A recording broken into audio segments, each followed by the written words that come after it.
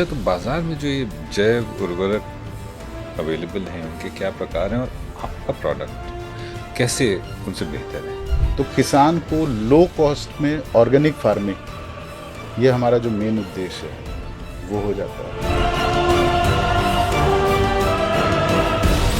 Fertilisers cancer का भी कारण माने जाते हैं। एक्सेस क्वांटिटी में हम लेते हैं तो वो कैंसर का कारण बन सकता है। ये 1 एकड़ में काम करने वाला कैप्सूल है ये। सिर्फ इसको कंपेयर कर रहे हैं तो 150 किलो यूरिया की जगह मैंने कैप्सूल दे दी। हाँ, ये उत्पादन कैसे बढ़ रहा है? पेड़ उतना ज़्यादा स्वस्थ होगा तो उतनी ज़्यादा अच्छी पैदावार होगी। भारत एक कृषि प्रधान देश है, तो हमारी मिट्टी की रक्षा हमारा उत्तरदायित्व है, ना केवल खाली किसानों का। और इसमें फर्टिलाइजर्स की एक बहुत बड़ी भूमिका है। आज इसी पर और बायो फर्टिलाइजर और फर्टिलाइजर पर बात करने के लिए हमारे साथ हैं अविनाश कटालिया जी, जो कि हेड हैं, टेक्निकल हेड हैं सीएस्टो ग्रीन के। अविनाश जी, थैंक यू नमस्कार वेरी सर। मच। नमस्कार। मैं क्षमा चाहूँगा कि जब आप आ रहे थे तो आप कुछ डब्बे लेकर आ रहे थे, बिल्कुल। और वो डब्बे देखकर मुझे कुछ अलग सा भ्रम पैदा हो गया मेरे जहन में। मैं सोच नहीं सकता था कि उन छोटे डब्बों में, इतने बड़े डब्बों में उर्वरक यानी कि फर्टिलाइजर्स होंगे। और उसमें फर्टिलाइजर भी नहीं था, उसमें फर्टिलाइजर का एक कैप्सूल था। उस पर आएंगे, उससे पहले आपका परिचय और सीएस्टो ग्रीन के बारे में थोड़ा सा बताइए, और फिर मुझे बताइएगा उस कैप्सूल का राज। बिल्कुल सर। पहले मैं बताना चाहूँगा अपनी सेस्टो ग्रीन के बारे में। हमारी कंपनी 2007 में इस्टेब्लिश हुई थी और 2017 से हम बायो फर्टिलाइज़र के फील्ड में काम कर रहे हैं। इसमें आईसीआरए के साथ हमारी सिस्टर कंसर्न का कोलैबोरेशन हुआ। आईसीआरए की टेक्नोलॉजी जो उन्होंने पेटेंट कराई हुई है, ये कैप्सूल फर्टिलाइज़र को, बायो फर्टिलाइज़र को कैप्सूल में कैसे हम भर सकते हैं और उसको किसानों तक कम कीमत पे कैसे पहुंचाएं। ये टेक्नोलॉजी पेटेंट कराने के बाद फिर हमने कमर्शियल लाइसेंस लिया और उसकी मैन्युफैक्चरिंग करीब करीब 2020-2021 से कमर्शियल मैन्युफैक्चरिंग चालू की है। तब से हम किसानों के पास ये कैप्सूल, ये बायो फर्टिलाइज़र्स पहुंचा रहे हैं और हर जगह से हमें काफ़ी अच्छे रिजल्ट्स और काफ़ी अच्छे फीडबैक्स मिले हैं। आपने बायो फर्टिलाइजर की बात करी। मुझे तो पता चल गया क्या है, लेकिन हमारे दर्शकों के लिए एक बार बायो फर्टिलाइजर को थोड़ा सा आप एक्सप्लेन करिए। बायो फर्टिलाइज़र सर, जैसे नाम कहता है कि बायो फर्टिलाइज़र, बायोलॉजिकल ऑर्गेनिज्म को प्रयोग करके जो भी फर्टिलाइज़र बनाए जा रहे हैं उनको बायो फर्टिलाइज़र के श्रेणी में रखा जाता है, जिसमें बैक्टीरिया, फंगसेस, इस प्रकार के बायोलॉजिकल ऑर्गेनिजम्स होते हैं जो मिट्टी में जाके पेड़ों को जो न्यूट्रिएंट्स ज़रूरी हैं उन न्यूट्रिएंट्स को उपलब्ध कराते हैं पेड़ों के लिए। तो इनकी आवश्यकता क्यों है, और इसमें माइक्रोब्स की क्या भूमिका है? सर, अगर मैं थोड़ा समय में पीछे जाता हूँ, जब हरित क्रांति नहीं आई थी, जब यूरिया, एमओपी, डीएपी इनका प्रयोग नहीं होता था, उस समय खेती सिर्फ और सिर्फ ऑर्गेनिक फर्टिलाइजर्स मतलब गोबर खाद, वर्मी कंपोस्ट, इनके भरोसे होती थी और मिट्टी में ये माइक्रो ऑर्गेनिजम्स सारे के सारे अवेलेबल थे और प्रचुर मात्रा में अवेलेबल थे, जिनकी वजह से पेड़ों को जितने न्यूट्रिएंट्स की ज़रूरत थी वो मिलती थी। लेकिन हरित क्रांति आने के बाद धीरे धीरे केमिकल फर्टिलाइजर्स, वीडीसाइड, पेस्टिसाइड, इनका प्रयोग जो हम धीरे धीरे क्वांटिटी बढ़ाते चले गए, ये माइक्रोब्स मिट्टी में उनकी गिनती कम होती चली गई। तो अब हालत ये हो रखी है मिट्टी की कि हम केमिकल फर्टिलाइज़र खूब डाल रहे हैं, लेकिन उन केमिकल फर्टिलाइज़र्स को पेड़ों तक पहुंचाने के लिए जो माइक्रोब्स की ज़रूरत है वो माइक्रोब्स की गिनती हो गई है कम। तो अब हमें ऊपर से माइक्रोब्स डालने की ज़रूरत आ गई है। मतलब ये जो केमिकल फर्टिलाइजर हम डालते हैं, ये भी पेड़ तक माइक्रोब्स के जरिए पहुंचते हैं? बिल्कुल। बिना माइक्रोब्स के यूरिया भी अगर हम डाल रहे हैं तो यूरिया मिट्टी में जाके पानी के साथ रिएक्शन करता है, केमिकल रिएक्शन, और वो अमोनिया के आयन्स बनाता है।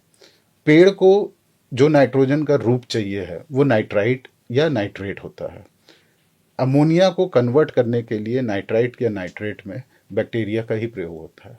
वो बैक्टीरिया ही अमोनिया को नाइट्रेट में कन्वर्ट कर सकते हैं।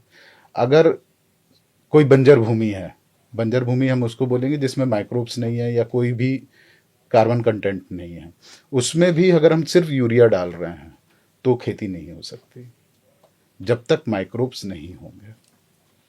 ओके।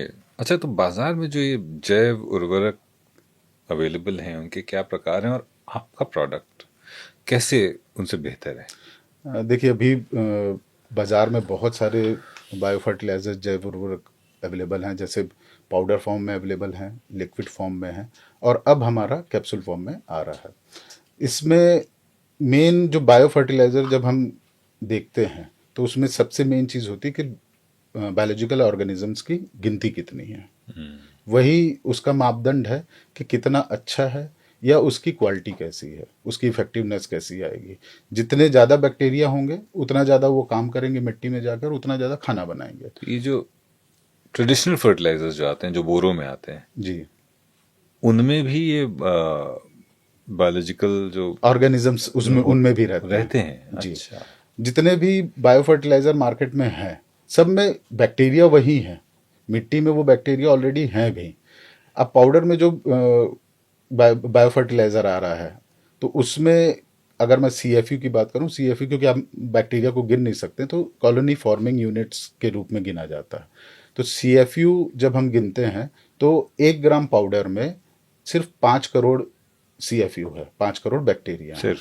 सिर्फ। ये मैं सिर्फ बहुत उससे मैं हाँ, 5 करोड़ तो। सिर्फ है। हाँ। उसका आपको सिर्फ तब पता चलेगा जब हम उसको कंपेयर करेंगे। हाँ, हाँ। लिक्विड में वो 10 करोड़ हो जाते अरे हैं, बाप रे। 1 ml में 10 करोड़ बैक्टीरिया हो गए। वहीं हमारी जो कैप्सूल है वो 1 ग्राम की कैप्सूल है, इसमें 1 लाख करोड़ है। अरे बाप। इसलिए मैंने 5 करोड़ को सिर्फ कहा था। अच्छा, एक बहुत ही लेमैन सवाल है ना। जी, जो ट्रेडिशनल फर्टिलाइजर, उसको तो मुट्ठी में लेकर ऐसे ऐसे फेंकते छिड़क हुए दिया। देखता, छिड़कते देख, तो एक जो इंसानी फितरत होती कि हाँ भाई पहुंच गया। अब ये इतना सा टिंगू सा कैप्सूल, और आप कह रहे हैं कि 1 एकड़ में इसका। ये अरे ये बाप, देख लीजिए साहब, ये 1 एकड़ में काम करने वाला कैप्सूल है। ये एक जगह गाड़ देंगे। नहीं, हाँ। इसका प्रयोग करने का तरीका बहुत ही सरल है। इस कैप्सूल को सिर्फ पानी में घोल लेना है। पानी में घोलने के बाद आप अगर ड्रिप सिस्टम है तो ड्रिप में वेंचुरी में लगा दें। कितने पानी में? 200 लीटर पानी में। वही तो अब समस्या, अब मेरे। अब जब आप इस कैप्सूल को 200 लीटर पानी में घोल रहे हैं, हाँ। तब वो 1 लाख करोड़ बैक्टीरिया वो पूरे 200 लीटर पानी में पहुंच गए, और वो पानी जहां जहां जाएगा वहां वहां वो बैक्टीरिया पहुंचते चले जाएंगे और अपना काम चालू कर देंगे। इसके ऊपर वापस हमें वो पाउडर वाला फर्टिलाइजर डालने की जरूरत है? नहीं, जरूरत नहीं है। नहीं। इसमें अगर कोई व्यक्ति या कोई किसान कंप्लीटली ऑर्गेनिक फार्मिंग करना चाहता है तो सिर्फ और सिर्फ कैप्सूल के साथ वो ऑर्गेनिक फार्मिंग कर सकता है।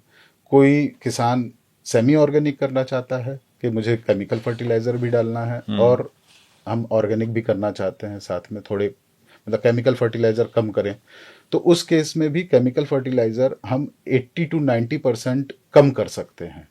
मतलब जितना आज हम केमिकल फर्टिलाइजर यूज कर रहे हैं उसका सिर्फ और सिर्फ 10 से 15% ही हमें रिक्वायर्ड है, और हम बायो फर्टिलाइजर यूज करें तो खेती उतना ही उत्पादन देगी, बल्कि उससे ज़्यादा उत्पादन देगी, और पेड़ों की जो हेल्थ है, सॉइल हेल्थ है, वो बहुत अच्छी हो जाएगी। हाँ, हेल्थ से जुड़ा हुआ एक सवाल मेरे जहन में आ रहा था कि फर्टिलाइजर्स कैंसर का भी कारण माने जाते हैं। बिल्कुल सर, कोई भी केमिकल होगा जब एक्सेस क्वांटिटी में हम लेते हैं तो वो कैंसर का कारण बन सकता है। तो क्या हमारे ये जो बायो फर्टिलाइजर्स हैं ये हमें इस खतरे से बचाते हैं? बिल्कुल सर, हाँ। क्योंकि हम केमिकल कम प्रयोग कर रहे हैं तो, और साथ में सबसे मेन चीज़ ये है कि जितना केमिकल हम प्रयोग कर रहे हैं ये बैक्टीरिया उसको पूरा 100% यूटिलाइज कर रहे हैं। समझ गया।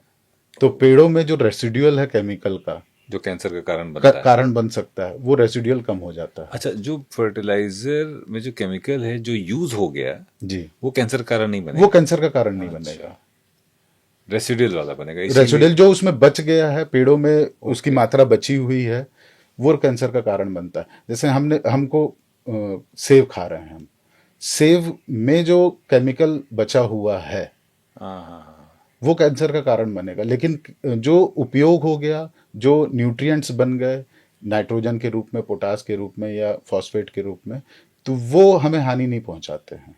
हानि हमें वो चीजें पहुंचाती हैं जो उसमें बच गई हैं, जो रेसिडुअल बच गया है। और वहां पर ये माइक्रोब्स काम आते वहां हैं, पे माइक्रोब्स काम ये आते हैं। बैक्टीरियाज। बिल्कुल। ये बैक्टीरियाज ही हैं जो केमिकल को कन्वर्ट कर यूज कर देते हैं, और अगर बैक्टीरियाज कम होंगे तो केमिकल बचा रह बचा जाएगा। रह जाएगा। अच्छा, यूएसपी क्या है? एक तो आपने बताया 1 करोड़ वो हो 1 करोड़ गया। CFU काउंट, 1 करोड़ बैक्टीरिया 1 ग्राम की कैप्सूल में। राइट। अब जैसे आपने अभी शेल्फ लाइफ। एक कैप्सूल आपने हाथ में ली हुई जी। है, ये 1 एकड़ खेती के लिए। राइट। ये अगेन मतलब देख लीजिए, ये इतना छोटा सा, ऐसा कोई सीजी नहीं किया, ये छोटा सा ही है, ये इतना ही छोटा है, 200 लीटर पानी में मिलाया, 1 एकड़, के लिए। चिंता आप मुक्त हो गए। बिल्कुल। और क्या कीमत है इसकी कीमत 360 रुपये है।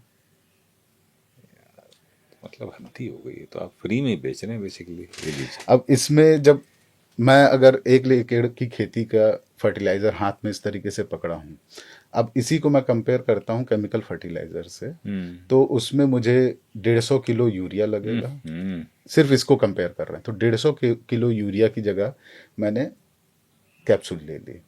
अब ये 150 किलो यूरिया को किसान को दुकान से खरीद के अपने खेत तक लेके जाना, लेबर एंड ट्रांसपोर्टेशन कॉस्ट, उसकी एप्लीकेशन की कॉस्ट, वो सारी कॉस्ट बच गई, प्लस यूरिया की कॉस्ट, DAP की कॉस्ट। जब हम उसको यूज रिड्यूस कर रहे हैं, कम कर रहे हैं, तो उसकी कॉस्ट सेविंग आई। तो किसान को लो कॉस्ट में ऑर्गेनिक फार्मिंग, ये हमारा जो मेन उद्देश्य है, वो हो जाता है। किसान के बेनिफिट्स हो गए, आपने किसान की कॉस्ट कम कर दी, आपने किसान की परेशानियां कम कर दी। उसका उत्पादन हमने बढ़ा दिया। हाँ, ये उत्पादन कैसे बढ़ रहा है? उत्पादन इस तरीके से बढ़ेगा, जब बैक्टीरिया जितना ज़्यादा खाना बनाएंगे, पेड़ को उतना अच्छा खाना मिलेगा। आ, पेड़ उतना ज़्यादा स्वस्थ होगा तो उतनी ज़्यादा अच्छी पैदावार होगी। और साथ ही साथ जितनी ज़्यादा मिट्टी अच्छी होगी, क्योंकि बैक्टीरिया जाके मिट्टी को भी सुधार रहे हैं, तो जितनी ज़्यादा मिट्टी अच्छी होगी, पेड़ को उतना ज़्यादा अच्छा इन्वायरमेंट मिलेगा, वो उतना अच्छा ग्रो करेंगे। और सबसे मेन चीज़, जब आप मिट्टी इस फसल पे इस सीज़न में आपने उसको अच्छा किया, और इस मिट्टी को आप रेगुलर बेसिस पे बैक्टीरिया से ट्रीट करते जा रहे हैं, तो आने वाली हमारी जो पुश्ते हैं और आने वाले सालों में जो हम सस्टेनेबल फार्मिंग की बात करते हैं, कि मिट्टी ऐसी ही रही आए, अगर अच्छी नहीं हो सकती, कम से कम ऐसी तो रहे, खराब ना हो। हाँ, ये भी एक बहुत बड़ा चैलेंज है आज की तारीख में कि सॉइल की रीयूजेबिलिटी जो है वो कैसे मेंटेन रखी मेंटेन जाए। करिए। वरना कई जगह ऐसी हैं जहाँ एक्सेसिव फार्मिंग, कई ऐसी इंटेंस क्रॉप्स ग्रो की जा रही हैं, ख़ासतौर पर महाराष्ट्र और विदर्भ के इलाकों में, जो बहुत ही मतलब सॉइल्स से भी न्यूट्रिएंट्स बहुत ज़्यादा ले रही हैं, पानी भी बहुत ज़्यादा ले रही हैं। बेसिकली उस इलाके की जो एग्रीकल्चर सस्टेनेबिलिटी है उसको कम कर रही हैं। बिल्कुल सही। तो ये इस चीज़ का भी ख्याल रखती है। बिल्कुल। ये सबसे मेन चीज़, बैक्टीरिया या फंगसेस या कोई भी हम ऑर्गेनिक मटेरियल जो यूज़ करते हैं, फर्टिलाइजर्स यूज़ करते हैं, उसका सबसे मेन रीज़न यूज़ करने का यही है कि इस फसल के बाद अगली फसल के लिए मिट्टी हमें और बेहतर मिले। ओह, वेरी नाइस, वेरी नाइस। क्या इससे जो जो केमिकल फर्टिलाइजर्स है उसकी डिपेंडेंसी कम होगी? बिल्कुल सर। और जैसे मैंने पहले ही बताया कि हम केमिकल फर्टिलाइजर्स को 80% से लेकर 90% तक कम कर सकते हैं। तो आप ये समझिए कि अगर एक किसान ने 100 किलो यूरिया की जगह 10 किलो यूरिया यूज़ किया, एक किसान ने DAP जो 50 किलो यूज़ करता है उसकी जगह उसने 5 किलो या 10 किलो यूज़ किया है, तो आज की तारीख में उसे तो खरीदने के लिए कम पैसा देना पड़ रहा है, क्योंकि मैक्सिमम सब्सिडी गवर्नमेंट की तरफ से आती है। अगर 50 किलो हम केमिकल फर्टिलाइज़र भी या 100 किलो केमिकल फर्टिलाइज़र हम कम यूज़ करते हैं, तो उसकी सब्सिडी 2 से 3 हज़ार रुपये कम पड़ेगी गवर्नमेंट को। तो गवर्नमेंट के लिए फ़ायदा ये हुआ कि मुझे कम सब्सिडी देनी है, तो हमारा मिट्टी टैक्स पेयर मनी भी सेव हो रहा है, सेव हो रहा है। और वो पैसा कहीं और भी यूटिलाइज हो सकता है। और साथ में हम केमिकल फर्टिलाइजर कम यूज करके हाँ। मिट्टी को अच्छा कर ही रहे हैं। मुझे ये बताइए कि बहुत बेनिफिट्स हैं, कितना समय अभी लगेगा इसको पूरी तरह से चलन में लाने में, replacing the traditional chemical fertilisers, और क्या ये पॉसिबल है पूरी तरह से रिप्लेस करना? देखिए 100% रिप्लेस करना कुछ जगहों पे पॉसिबल नहीं है, क्योंकि सॉइल में क्या अवेलेबल है न्यूट्रिएंट उसके ऊपर भी डिपेंड करता है। बट हाँ, हम बहुत कम केमिकल फर्टिलाइजर के यूजेज पे आ सकते हैं। उसके अलावा इसमें सबसे मेन चीज जो आपने कहा कि समय कितना लगेगा। अगर एक किसान जो आज सेमी ऑर्गेनिक फार्मिंग शुरू करता है, वो अगले 1.5 से 2 साल के अंदर अंदर केमिकल फर्टिलाइजर ना के बराबर यूजेज पे आ सकता है। और यहाँ तक कि अगर वो पूरी तरीके से कन्वर्ट होना चाहे कि उसे ऑर्गेनिक फार्मिंग में कन्वर्ट होना है, तो हमारा दावा तो ये है कि आप 2 साल में पूरी तरीके से ऑर्गेनिक फार्मिंग में कन्वर्ट हो सकते हैं। तो कितने साल से प्रोडक्ट है मार्केट में? ये प्रोडक्ट करीब करीब हमें कमर्शियल प्रोडक्शन करते हुए 4 साल हो गए हैं। और इसी से जुड़ा दूसरा सवाल, कैसा रिस्पांस रहा है इन 4 सालों में? इन 4 सालों में जितनी भी जगहों पे जो भी फार्मर्स हमसे, जो भी किसान हमसे रेगुलर बेसिस पे मटेरियल लेके यूज़ कर रहे हैं, उनका बहुत ही अच्छा रिस्पांस रहा है। अभी हाल ही में हमने इंडिया की काफ़ी बड़ी कंपनी, नामी कंपनी NFL है, नेशनल फर्टिलाइजर लिमिटेड, उनके साथ कोलैबोरेशन करके पिछले 6 महीनों में हमने MP में किसानों के पास ये फर्टिलाइज़र पहुंचाए हैं। 100 से ज़्यादा जगहों पे हमने फील्ड डेमोन्स्ट्रेशंस किए हैं, जिसमें हर एक किसान का यही कहना है कि आपके फर्टिलाइज़र बहुत अच्छा असर दिखा रहे हैं। और मदर डेयरी के साथ भी हमारी बातचीत चल रही है, उनके भी जो कॉन्ट्रैक्ट बेसिस पे वो फार्मिंग करवाते हैं, तो वहाँ पे भी रिजल्ट्स हमारे बहुत अच्छे आए थे।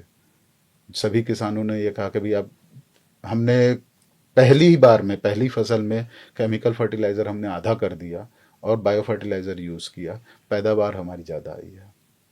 कितने स्टेट्स में हैं अभी हम लोग अभी हम लोग करीब 6 स्टेट्स में प्रेजेंटली हम लोग के डीलर्स और डिस्ट्रीब्यूटर नेटवर्क है। जा रहा है ऑलरेडी? ऑलरेडी जा रहा है, यूज कर रहे हैं? यूज़ कर रहे हैं फार्मर्स। जिसमें अगर अचीवमेंट्स और अच्छे नामों की बात करें तो आसाम में टाटा टी का जो नाम है, काफ़ी बड़ा नाम है, वो टी के काफ़ी बड़े प्रोड्यूसर्स में आते हैं। उनके कंपनी जो टी प्लांटेशन करती है, अमलगमेटेड प्लांटेशन के नाम से, वहाँ पे एज अ वेंडर हम रजिस्टर हो चुके हैं और हमारा प्रोडक्ट भी रजिस्टर्ड है।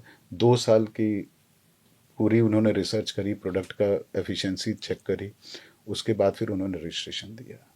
क्या बात है। ऐसी कई कंपनीज हैं जो हमारे साथ जुड़ी हुई हैं और रेगुलर हम मटेरियल उनको दे रहे हैं। तो अब क्या प्लान्स है एक्सपेंशन के? एक्सपेंशन में हम ये चाहते हैं कि ऑल ओवर इंडिया, सबसे पहले तो कितना समय देख रहे हैं आप? ये अगले 2 से 3 सालों में हम ये देख रहे हैं कि ऑल अच्छा। ओवर पैन इंडिया हम मटेरियल ये सभी किसानों तक पहुंचा सके।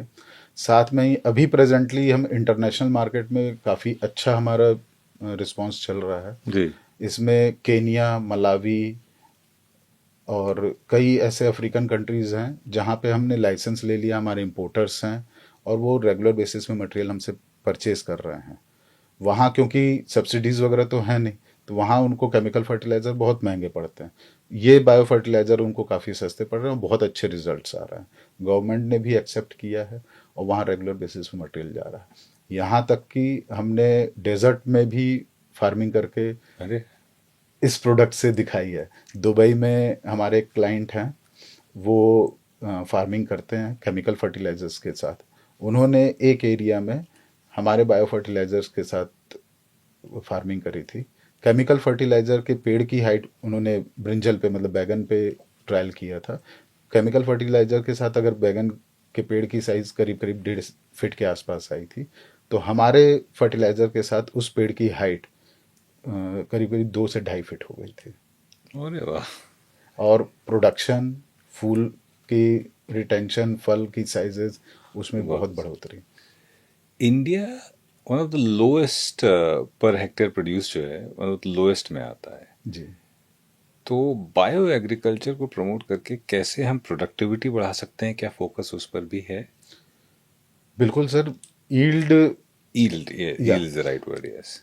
हर फसल की अगर हम देखें एक ऑप्टिमम कैपेसिटी होती है कि अगर हम धान लगा रहे हैं, जो छत्तीसगढ़ में यहाँ काफ़ी होता है, तो धान 1 एकड़ में अगर वैरायटी सही है तो ऑप्टिमम उसका अगर 30 क्विंटल है कि 30 टन आएगा, तो वहाँ पे अभी जो हम केमिकल फर्टिलाइजर्स और मिट्टी डिग्रेड होने के बाद, फर्टिलिटी डिग्रेड होने के बाद हम 20 क्विंटल 21 क्विंटल ऐसे निकाल पाते हैं।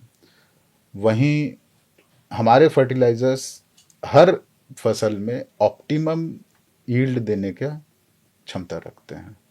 तो जितनी ज़्यादा अच्छे बीज होंगे, जिस वैरायटी के बीज हैं, जैसे बीज हैं, उसके ऊपर उनके ऑप्टिमम जो यील्ड आ रही है वहाँ तक की क्षमता और ओपन करता है। बेसिकली आपके प्रोडक्ट यूज करने के बाद सॉइल की जो फर्टिलिटी है वो बढ़ ही रही वो है। बढ़ ही रही है। कुछ ऐसी केस स्टडीज हैं एक जो आप बताना चाहें स्पेसिफिक कि नहीं ये तो ज़रूरी है इस प्रोडक्ट की सफलता को हाईलाइट करने के लिए, किसी बिल्कुल बड़े सर। किसान? इसमें हमारे यहाँ से ज़्यादा दूर नहीं, 30-40 किलोमीटर दूर पाटन गांव में, वहाँ पे एक किसान है जो पिछले 3 साल से हमसे रेगुलर बेसिस पे फर्टिलाइजर्स ले रहे हैं। वो बारिश के टाइम पे टमाटर, फिर खीरा, करेला, इन मतलब बेल वाली फसलों का प्रोडक्शन लेते हैं। अभी इसी सीज़न में, जो अभी टमाटर का सीज़न निकला है, इसमें इन्होंने पर एकड़ 90 से 100 टन टमाटर निकाला माय है, गॉड, अरे वाह। जबकि रेगुलर किसान 60 टन एटमोस्ट निकाल पाता है पर एकड़। वंडरफुल। सर हमारे डायरेक्ट वेबसाइट है, फेसबुक इंस्टा पे हम अवेलेबल हैं, सीएस2 ग्रीन के ही सेस्टो ग्रीन के नाम से। और साथ में हमने एक ऐप भी बनाया हुआ है सेस्टो ग्रीन के नाम से, जो प्ले स्टोर में अवेलेबल है। इस ऐप में किसान भाई, डिस्ट्रीब्यूटर, डीलर्स जाके हमारे कंपनी की डिटेलिंग्स, प्रोडक्ट कैसे यूज़ करना है, वो सारी डिटेलिंग, हमारे जितने भी वीडियोस और जो भी हम राइटअप्स बनाते हैं, जो हम क्रॉप शेड्यूल्स बनाते हैं अलग अलग फसलों के लिए, वो सारी चीज़ें इसमें अवेलेबल हैं। और ऐप के थ्रू भी हमको डायरेक्ट ऑर्डर दिया जा सकता है। तो सारी चीज़ें ऑनलाइन अवेलेबल हैं, प्लस उसके अलावा डायरेक्ट फ़ोन करके हमसे बात की ही जा सकती है। उनके लिए सर सबसे मेन संदेश यही है कि हमारी जो भूमि है, हम जिसे माता कहते हैं, उसे बचाना सबसे ज़्यादा ज़रूरी है, उसके बारे में सोचना ज़रूरी है। और उसके लिए हम अपने तरफ से प्रयास करें कि कैसे हम भूमि को अपने आने वाली पीढ़ियों के लिए अच्छी कंडीशन में, अच्छे रूप में बचा के दें। उसके नो डाउट हमको कई इनोवेशंस, कई चीज़ें देखनी पड़ेंगी, सोचनी पड़ेंगी। आज की तारीख में टेक्नोलॉजी एग्रीकल्चर में बहुत आगे बढ़ चुकी है। दूसरे देशों में काफ़ी अच्छे एग्रीकल्चरल टेक्नोलॉजीज़ हैं। हमारे यहाँ जो कृषि प्रधान देश होने के बावजूद भी हम आज की तारीख में वही पुरानी टेक्नोलॉजीज़ उसी में जी रहे हैं। तो जो नई टेक्नोलॉजीज़ आ रही हैं, अब जैसे कैप्सूल ही नई टेक्नोलॉजी, हम सोचते ज़रूर हैं कि भाई कैप्सूल, ये तो पता नहीं दूसरों के लिए भी ये आगे 50 साल की टेक्नोलॉजी है। तो इसे यूज़ करके देखें। यूज़ एक बार आप करेंगे तो बट ऑब्वियस है, अगली बार हमें नहीं बोलना पड़ेगा कि आप इसे यूज़ करें। आप अपने आप चाहेंगे कि ये लगातार आप यूज़ करते रहें। इस उम्मीद के साथ कि आने वाले निकट भविष्य में ही लोग बायो फर्टिलाइजर्स को यूज़ करना शुरू कर दें, ज़्यादा से ज़्यादा सीएस2 ग्रीन के प्रोडक्ट्स यूज़ करना शुरू करें। लेकिन आपसे बात करके बहुत कुछ सीखने को मिला। अविनाश कठहरिया जी हमारे साथ थे, जो कि टेक्निकल हेड सीएस2 green. Thank you very much sir for your time. बहुत बहुत शुक्रिया। Thank you. बहुत बहुत धन्यवाद। न्यूज़ 18 मध्य प्रदेश छत्तीसगढ़ पर आप थे पॉडकास्ट विद विजय विक्रम सिंह में मेरे साथ।